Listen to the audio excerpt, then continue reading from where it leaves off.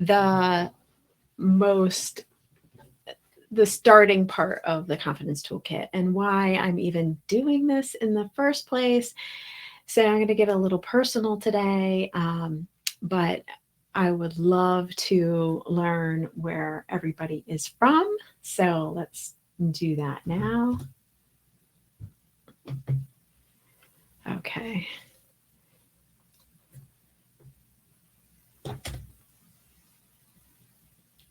Okay. So it looks like we have one person on the call right now, uh, and just tap in the right in the chat where you're from, and we can start. I'd love to know where you're at. So the confidence toolkit. Let me share my screen.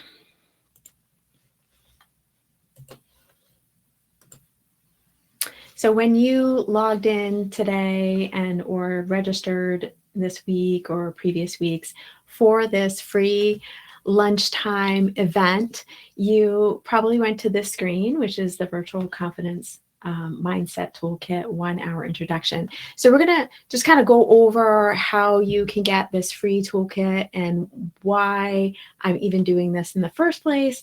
What I suspect if you when you do this toolkit and what it will help you unleash in yourself, and what it did for me when I started some of these tools.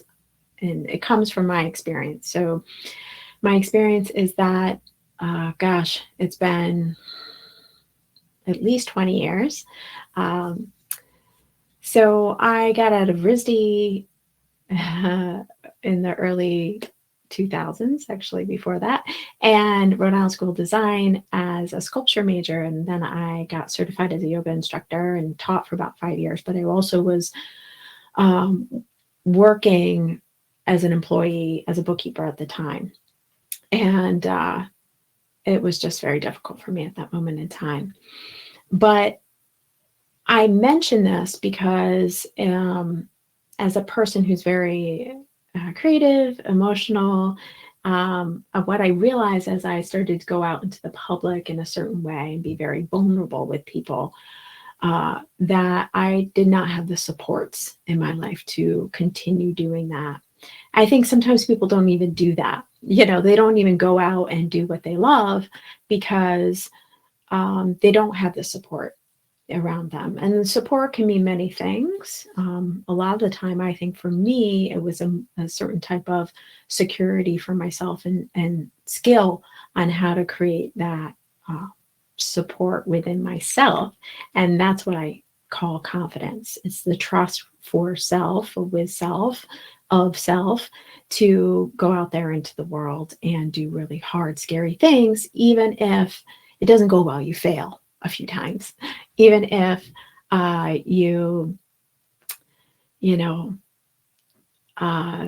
even if you go astray, just trusting, or if the people outside of you don't like what you're doing and or naysayers around you, how do you deal with that? How do you continue on to your journey? So I consider myself now a brave person, but even in my own braveness, I think I really needed a lot more than braveness, and that's important. But I needed to have some foundational skills, and along the way, I created this confidence toolkit because I learned some foundational skills, and I'm going to share those with you. Today, we're going to talk about the first one primarily, but because I think the first one's very, very, very important and could take you literally a whole year if you wanted to just investigate on this first part. But you can also not do that. You don't have to spread it out that much. So I'm just going to show you. Okay, so we're on the screen. If you probably came here. If you didn't want to pay anything for it, that is fine. It is free, and you would just check out. Oops. And that's because we're on it. But then you would enter your name and your email address and go through the prompts, and then it would send you an email. And that email should the last one you get from me should have the code, and it's 1769 to get in.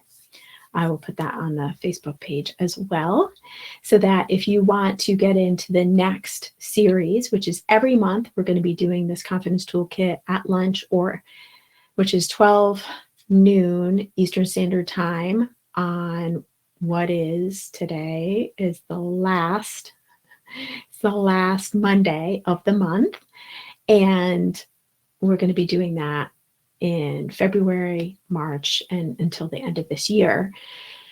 And then we'll also be doing 8 p.m. Eastern Standard Time, pretty much the same thing, but you're going to get whoever's here.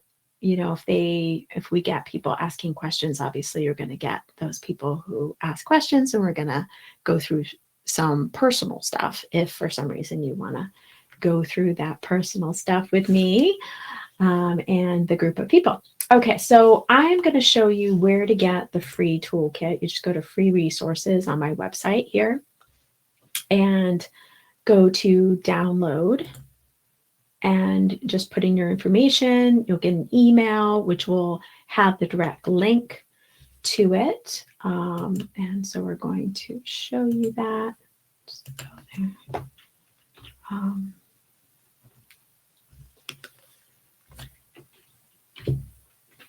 Sorry about this. Taking a little second.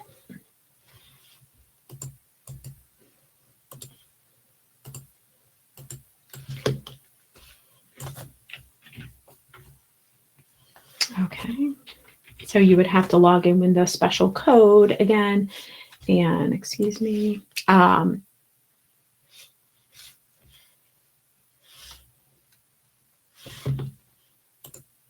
sorry. Here it is. You would have to go and get the special code, and that would bring you to this page, and then you can press download. Okay.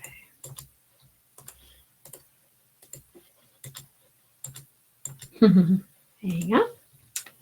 Okay. So the download would bring you here, and it would be a PDF. You can print it out if you like. Of course, it's square, so it's a different size, but we also sell printable versions or printed versions. So we're just going to go over confidence and what confidence is, and how we can recognize confidence in ourselves and others. So a feeling of consciousness of one's powers or of reliance on one's circumstance. So the first thing that the feeling or consciousness, that's really crucial in this description, and one's power or of reliance. So your power is a part of it. Feeling powerful is huge. And I know a lot of people don't really like using that word, specifically women. I'm going to challenge you to start really enjoying the word powerful, because when you don't think that you have power, well, you tend to be unaware of how you abuse it. So that's really important. I think as women or people who may feel kind of yucky about power, they may not be aware. I think sometimes I'm definitely not aware of how I may be abusing my own power, because if I don't think I have it, I don't think I can abuse it, but we all have it. So faith or belief that one will act in a right, proper, or effective way. So there's some things in this description from, I think it's Merriam-Webster that I pulled from, that are a little off for me in relationship to confidence, but faith and belief are really crucial, I think, because then there's trust. I think trust lies right in between those two. And faith is kind of like this bigger version of confidence, where you start connecting not just to yourself, but to something bigger, right? And belief, I think, is more of an affirmation. It's like you affirm, and then eventually you trust, and it's a little bit more of a habit. And faith tends to be like, wow, okay, I get it. I get how I'm connected. It's a little further. So the right, proper, and effective is I don't think they're the, the correct words really, but we'll get into what that it has to feel good, right? It has to feel like it's right for you. Um, so the quality or state of being certain. Um, I describe this as when you want to do something that is so scary, or um, it just doesn't seem it doesn't seem like everything around you says you shouldn't do it, but it's like you can't not do it. That's where I see it. It's like the certainty doesn't come from exactly facts. It might not come from facts. I mean, you probably could try to pull, but there's a feeling, belief, trust, and faith where it's like, I can't not do this because I've tried it this way. I've tried it that way. I keep on going to the same result, and I know what I want. I know what I'm good for. I know what feels good. And I just have to try it even if I fail. There's a little bit of that. Like, I'm willing to take the risk. And I think that's what might get confused about the word certain or effective and right and proper. Okay, so relation of trust or intimacy. It's almost like you have to really know yourself. And that means taking the time and asking the questions. And so it's like, in order to have confidence, you may have to start to ask and give yourself the time to discover what is real for you, and be really intimate with yourself. And that may be kind of scary, and a lot of emotions, maybe some trauma may come up. So that it sounds so easy. Let's just be confident. Well, there may be things in your way that you may not even realize you're doing. And so learning about yourself in the process is a part of this process and a part of the toolkit. So reliance on another's discretion. So it's funny because this is about you. This is confidence in yourself. So reliance in your discretion is like going back to how do I do that? How do I believe, trust, and have faith in myself in making decisions? Communication made in secret. Sometimes it means that in order to build that confidence for yourself, you have to start to communicate to yourself in secret. Having a journal, having something like this, having a record journal, having a blog that doesn't go out yet, and you kind of like sort through the mess a little bit. So the first tool is about that, actually. So we're going to just scroll down. I'm going to go past this. I'll go to this at another time. We're going to talk about the 7 tools. Okay, first off, so 7 tools are take inventory, make affirmations that work, containerize, and care package, and then ritual, remember why, and visualize. So we're going to start off with taking inventory. And although this free toolkit, and this is why I'm doing this free talk, 1 hour every month, actually 2 hours every month, is because I think it's not self-explanatory. It seems very easy, and I've had people say, oh, I do this already. And it's like, well, yeah, but I think this is an ongoing process. So although you may do it, there may be things that that seem self-explanatory, or what is it when people say that are just general knowledge, but the reality is there is no general knowledge. We all are coming from a different place. So I want to describe what I'm trying to get at in each tool so that you understand where the hangups might be. Because there's a place where I think language doesn't always mean the same thing for one person to another.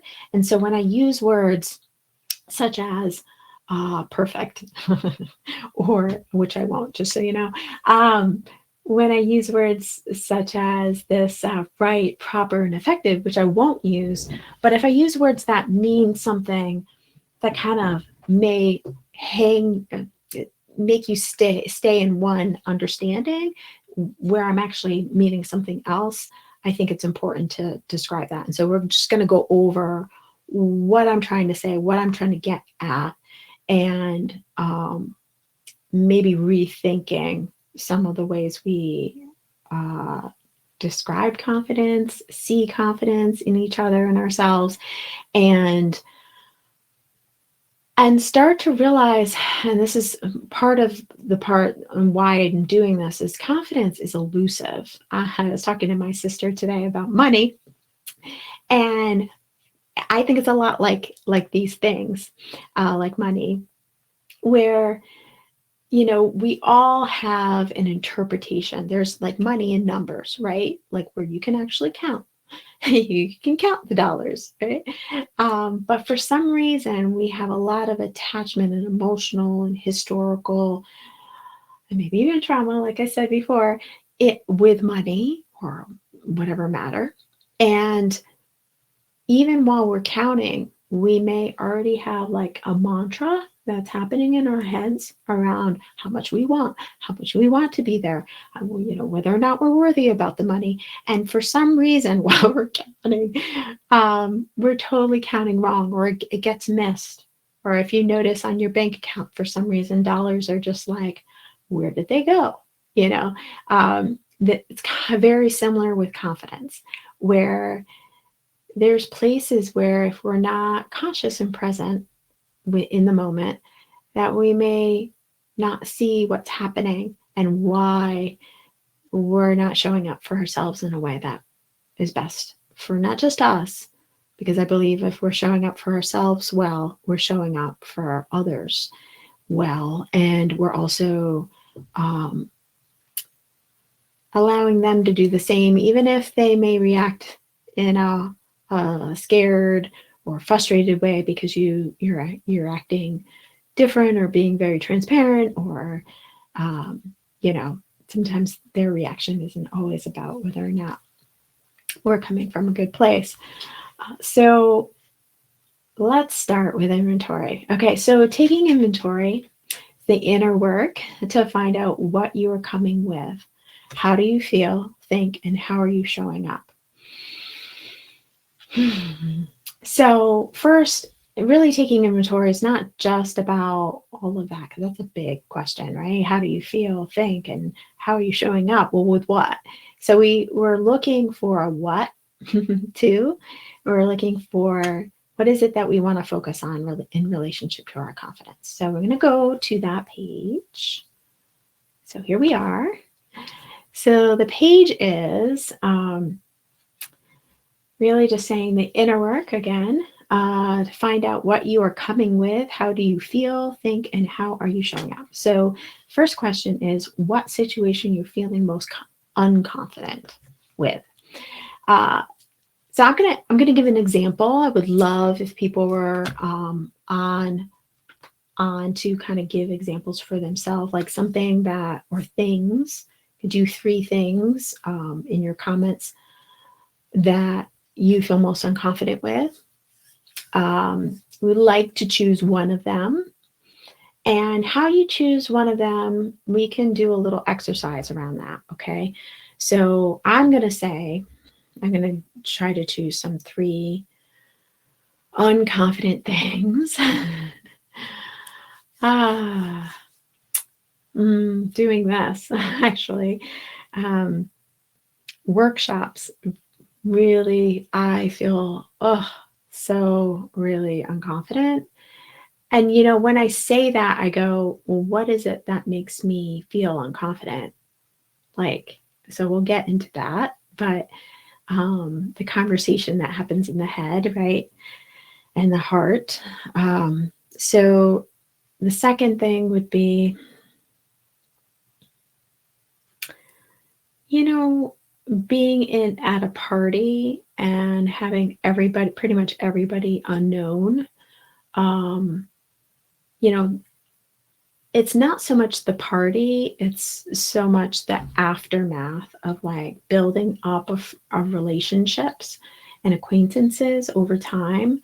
So it's not just the first party, it's about creating consistency and committing to certain kinds of connections and kind of knowing how to do that in a way that feels good long term for me. Um, it's funny, confidence for me always, it's always about like, how much am I willing to give? What feels good to me? Um, and what am I there for? What's the purpose? And if I have that purpose, then maybe I can like go back to that a little bit. The third one uh, is writing. Um, and God, it's like how to be clear about your confident, unconfident nature, right? The words I use, probably whether or not all three are about one thing. So you might see a theme in your unconfident list, right?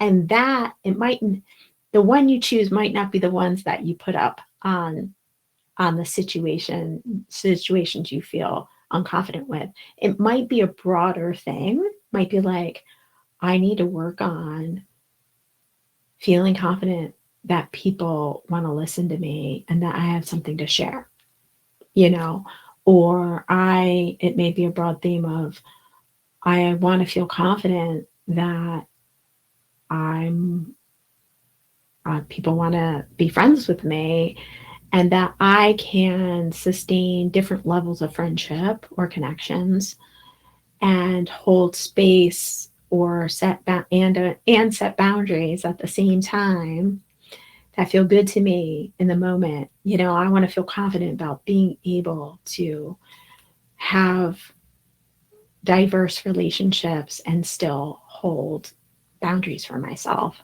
on energy level, all of that. It might be other things like I want to feel confident about just my overall belief that I can make a good living and keep the income, you know. So it's kind of broad, but it can be broad because we can hone it down eventually. So that is the first question. Now, the second is really not a question. It's like we're going to try to choose one. So you can start with one. It doesn't have to be perfect. And then we can use that to answer the other questions. And then if that doesn't feel right, you can just keep on going, right? That's why I said the inventory can continue, right? Because you might be like, oh, I don't know if that's really right. And you'll start thinking about it the next day or week and start working on, okay, how can I hone this down to something sweeter and simpler? That will make it easier for you to start doing the other work. Okay, so answer these questions for that focus area. Why does this scare you? What excuses are you making about why you should be unconfident about it? And how would it look if you believed you were ready to be confident? Like, what would that look like if you were confident? How would it feel? Like, so really embody that and try to imagine what are the things that you would have to show up for that you currently aren't showing up for now. And so here I am asking all these questions, but there's more, right? There's tons more questions that you can ask. You can go, do I know someone who's confident in that area? What is it that they're doing that I'm not doing? You know, do I feel good about doing those things? Is that something I'm willing to do? Is there, I'm going to just keep on giving you questions. Is there an incentive? And so this is the excuse part, right? Like, what excuses are you making? Is there an incentive for you to make those excuses? So sometimes, let me give an example for one of my confident things. Sometimes it's twofold. It can be contradictory reasons why you want to stay in that place. So doing workshops or showing up in these kind of events, if I don't do them, one, I'll never know whether or not I can do them or I'll like them. I won't have to feel disappointed. I won't have to be embarrassed, if no one shows up, if um, whatever it may be. um, but also, I won't have to grow, because with doing something scary or something you really want to do, there's learning, right? That happens, and it's work. It's work. You have to show up for yourself. And the reasoning, and we'll get into that after, but the reasoning for doing something may be regret, like, am I going to regret this? Um, so that's another part of this, is getting to that place that motivates you, like how you're going to have excuses. You might have even childhood or even further back reasons why you think you particularly can't do this, whatever it may be. You just aren't made that way. Or, I mean, it's one thing if you really just don't want to do it, it's another thing if you've always wanted to do it, but you still have this belief that it's not something you particularly have the skill or ability or ever will be able to do it, even if you were so excited to do it and wanted to do it. And yes, it's scary. So I'm going to answer these questions, and I want you to do the same about one of the focuses that you want to target, one of the unconfident places in your life you want to target. And so why does this scare you? So why does it scare me to do this right now? Pretty much all the reasons I told you before, that I'm going to fail, right? That I'm going to fail miserably, that I don't even know what that would look like just continuously doing this for years on end and getting nowhere. Yeah, that's totally a possibility,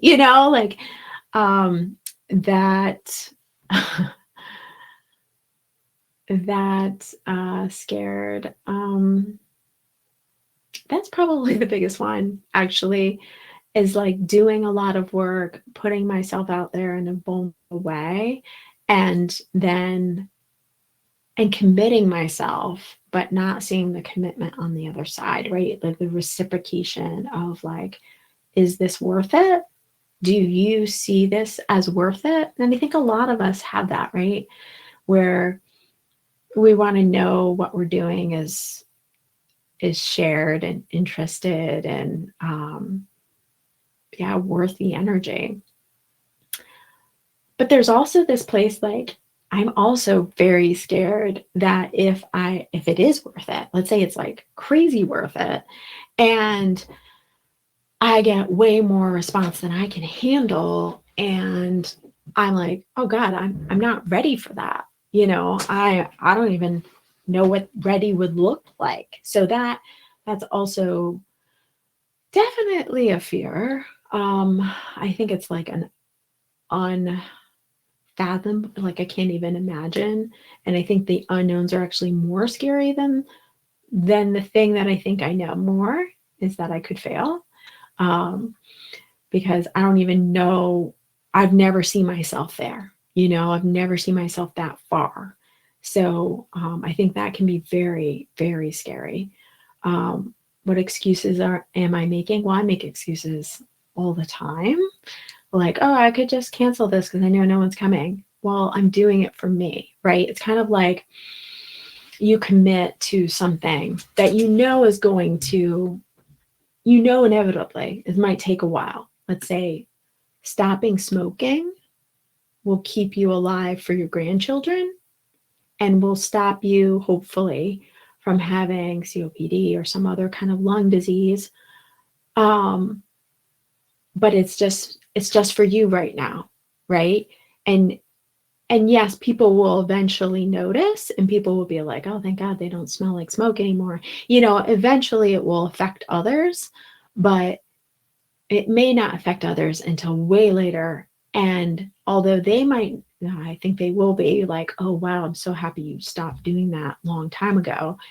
But there's a place where it has to start with you, right? You have to want it more than other people want it. Really. I was talking to my sister today about this, about how my father passed away about a month ago, actually less than a month ago. Feels like forever. And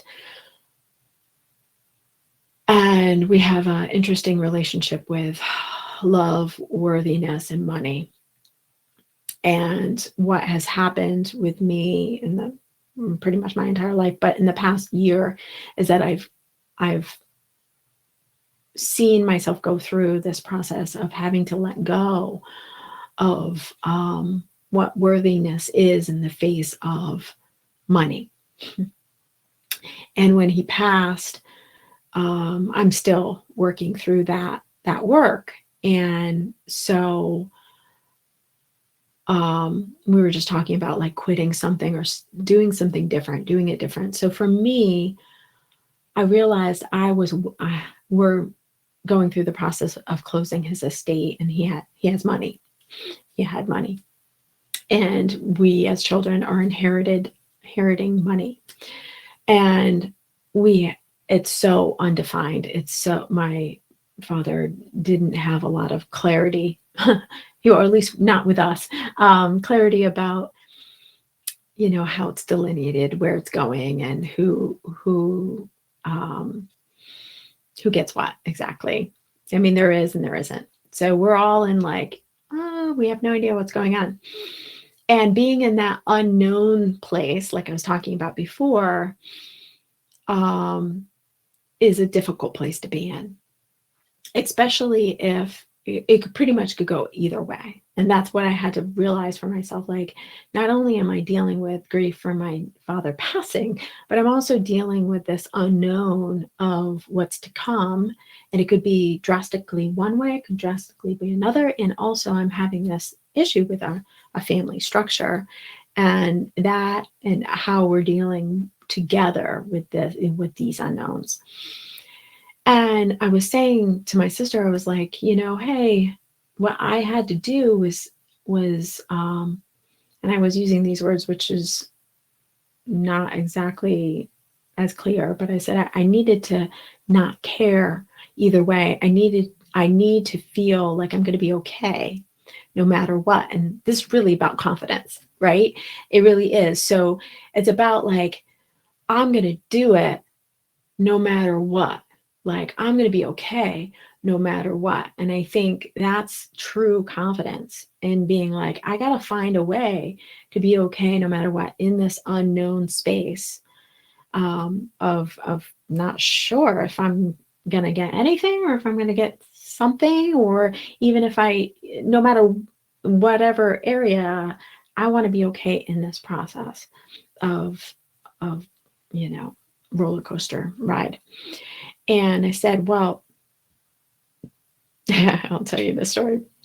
So I made a decision before my dad passed to do something really risky and kind of pretty much live off of my savings. And I don't got a lot of savings, so it's very risky. And so I decided to do this work, this kind of free work, and do a lot of work and study beforehand, give myself the time to really enjoy this process.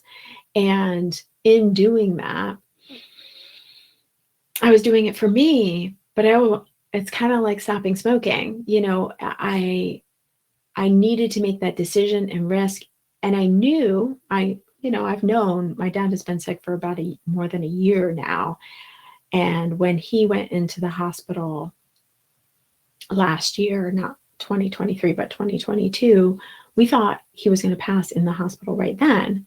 And it was pretty scary, but I recognized that my relationship to money and my dad is not a good one, in that I feel reliant upon him for my worthiness and through money. there's this place where love is tied in to money and him, and that I can't live that way because it's almost like I'm waiting for confirmation from him to do what I love through his support, which is money. And I can't be doing that. So last year wasn't so easy for me. And, but I decided finally to just like let it go. Like this might never happen and you have to let it go. And by doing that, you have to make a really hard decision. You have to move some money from your savings into your bank account so that you can use it. And I did that. And then all of a sudden I find out like day after that the same amount that I moved over, I have inherited like quick inheritance, like liquid inheritance. And I was like, oh, interesting. So what I'm trying to say there is sometimes when you make that decision, instead of making the excuses, right? So what excuses are you making? Sometimes when you just say, yeah, it's really scary. I'm not saying you should do what I'm doing, but sometimes there's like a place where there's a way and you're just not taking that way because you're not willing to. It's like, how important is it to you? You keep on saying you're going to do this. You keep on saying, whatever, but you're not willing to do the work or the fearful action in order to commit to it fully. And sometimes it's not about money. It's not about that. It might be something really small. For instance, like smoking.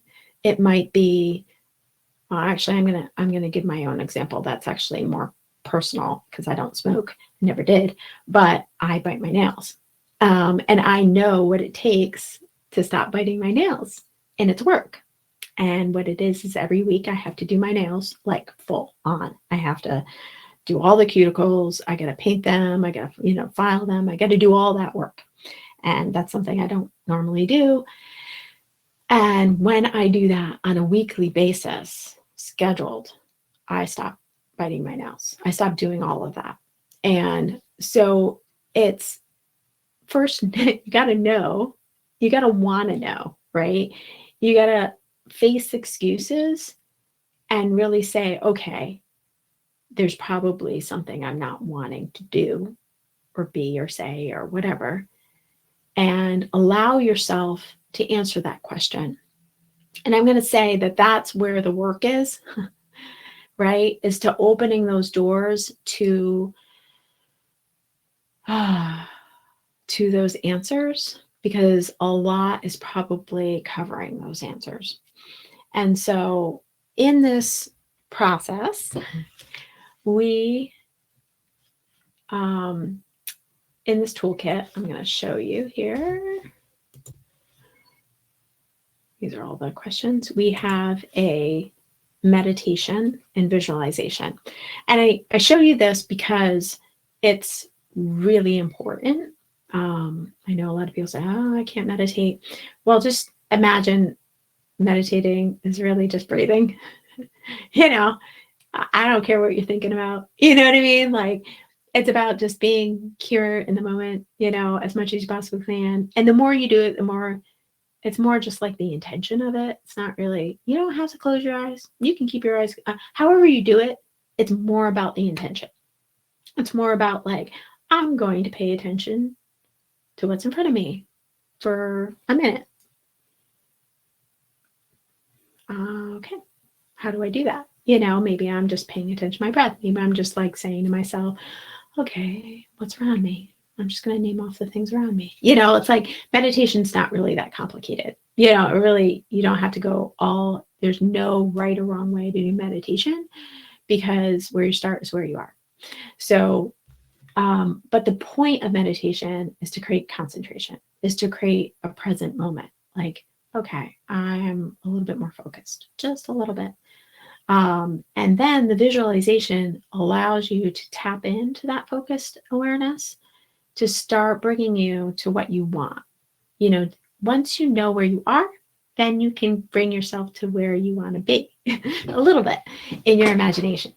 So that's where closing your eyes really does help, because then you can start to imagine visually in your mind's eye, colors, scents, all of that stuff. If for some reason closing your eyes is not the best place for you, I do suggest either talking it out or writing it down, either one of those. So I'm going to just press on one of them. I'll do this one.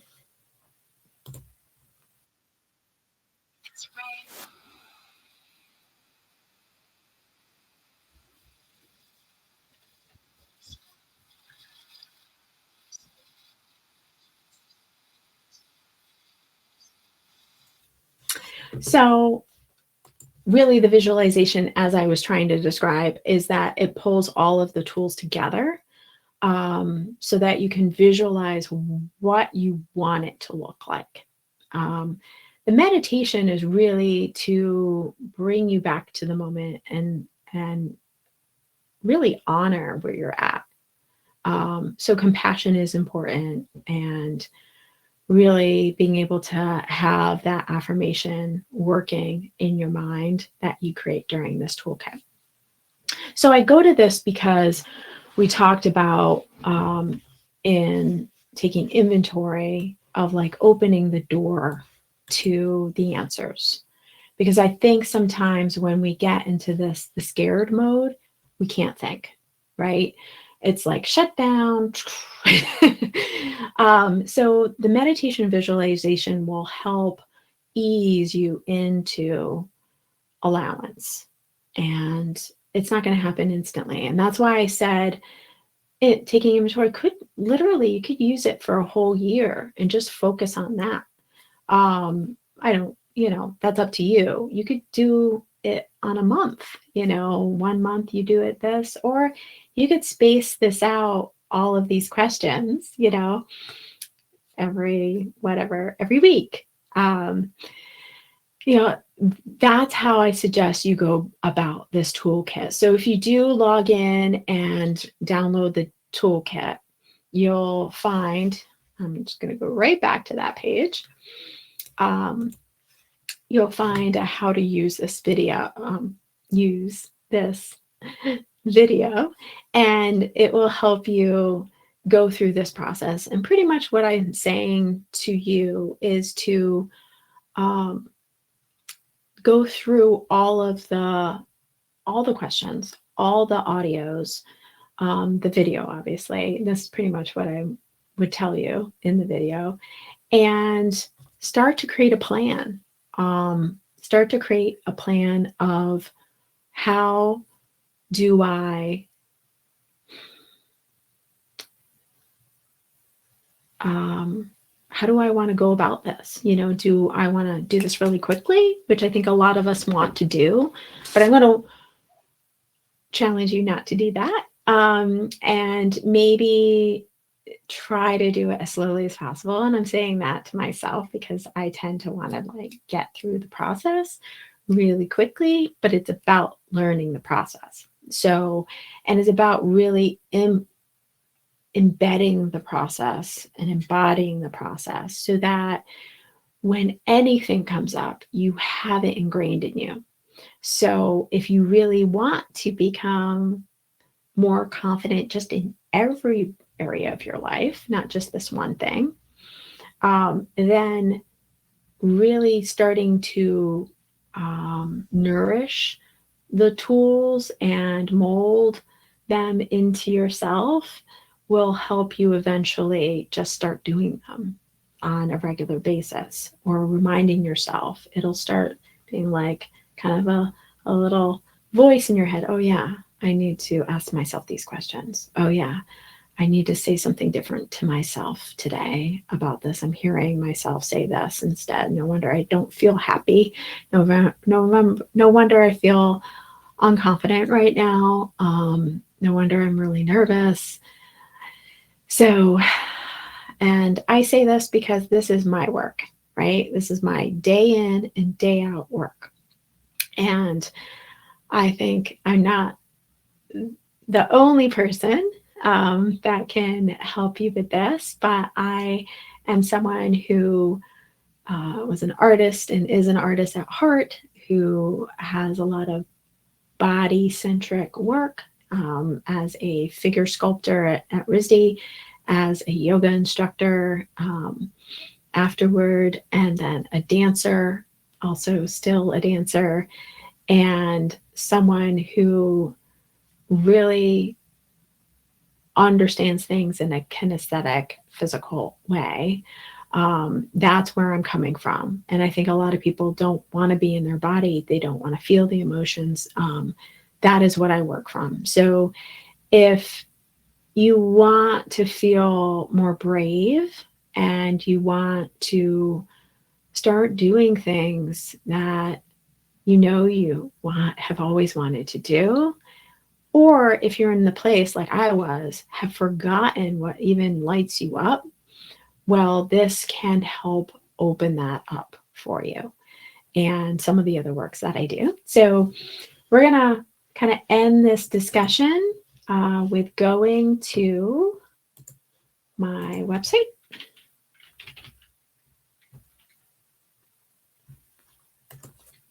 Oops. If I can go to it. Okay. So this is where we were before. Some free resources. I'm still finishing one of the resources, that Manifesting Magic Manual. I am still working on, so please forgive me. I thought it was going to be done the 27th, but I am still in the process as I am working on closing my father's estate, which is always great. So now I also have Magnetic Smile Guide to Connection, which is like a mini little fun thing to test yourself on, to reconnect with people around you and start doing things that you enjoy, start seeing yourself in a positive light. And I have workshops, but I'm actually stopping workshops right now. And I will be in Philadelphia in the early February 9th to the 11th, February 9th to 11th, 2024. And I will be doing Don't Shut Up, Just Stand Up. And it is, I'll actually click on here, is a presentation and mini workshop. Here it is. And it says, you may be thinking, what does confidence have to do with polyamory? So I came out as polyamorous in 2017, and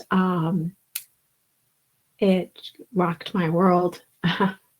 It changed how I thought about everything. And, me starting my own business quite a few, like 4 years earlier, also changed me. It got me to coming out as polyamorous, getting out of a work situation that was very abusive, changed my life. And coming out as polyamorous also changed my life. And I'm very out about it because I knew nothing about it. And I was pretty upset about that.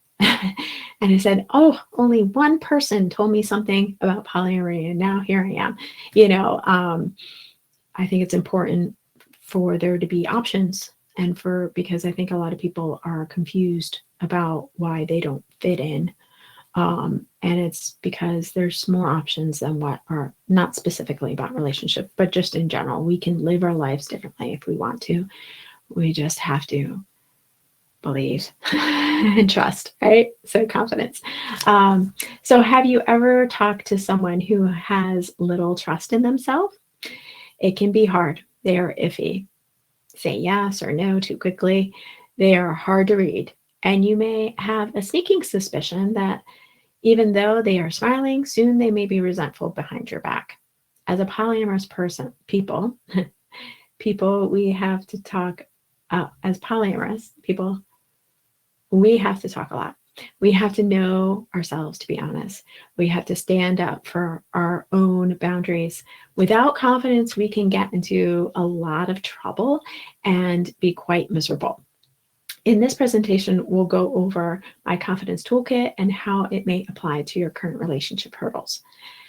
We will go through some quick exercise alone and in a small group to help you use the tools on an issue your team chooses. You'll not only take away the full digital toolkit and practice sheets from this presentation, but a clear understanding of how your confidence can be the catalyst for braver, loving actions.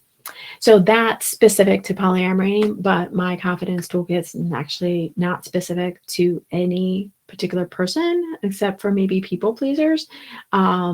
So if you see yourself just saying yes, not really thinking about what you want and being kind of like upset that you said yes, or that you're not saying yes to your own stuff, or don't even know what is a yes for you, then most likely that is a people pleaser, that you're kind of slid into the following role of your life instead of a leading role of your life, meaning you're following everybody else's, everything else around you instead of your own self. Totally understand that because I'm coming from that perspective and I can easily get swayed and I have to protect my environment in a way that really seems, it's hard. But I think as we start to build on our skills of understanding ourselves, eventually those protections don't have to be so hard, or they might not seem as strict. Instead, it's just like, no, I just don't allow people to call me names anymore. Like, no, I'm not around people that do X, Y, and Z anymore. No, I show up and I care about people. So, in a certain way. And so I expect that in return in a lot of ways. And I say it and I'm bold about it. And, so, it's really the emotion and the belief of whether or not it's okay for you to be doing that sometimes comes off more than the actual actions. So we're pretty much done. We've got 7 more minutes or so. And I thank you so much for viewing this video. I'm going to turn off the screen and I just appreciate that you're here. My hair is like doing some fun stuff. And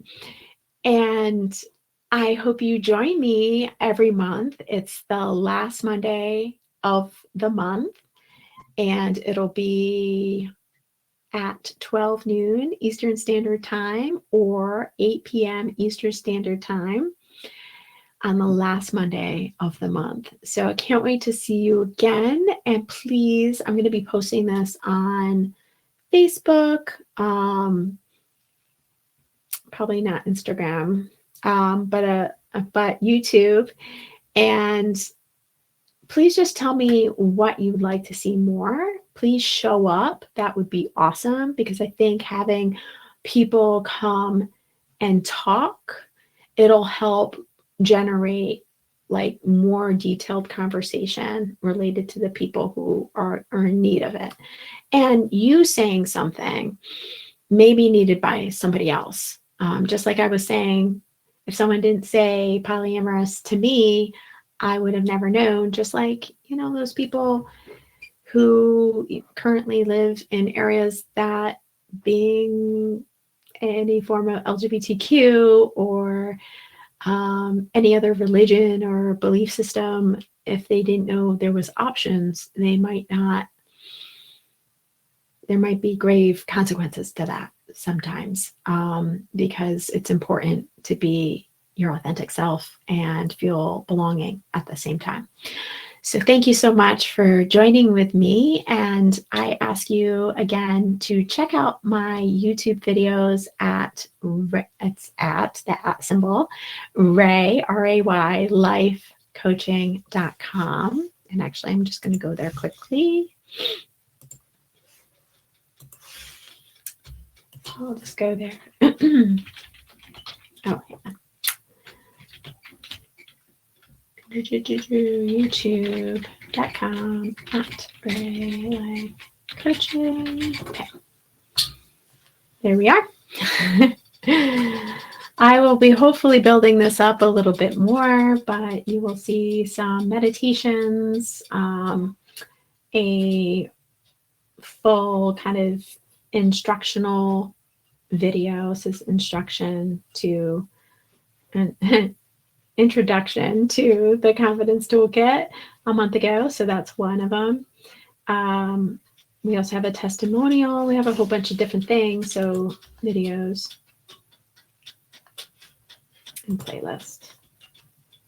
So you're going to find this one in the workshops playlist, but you'll also see it on the home screen videos, like, the first one that comes up. So good luck. Thank you so much and have a great day.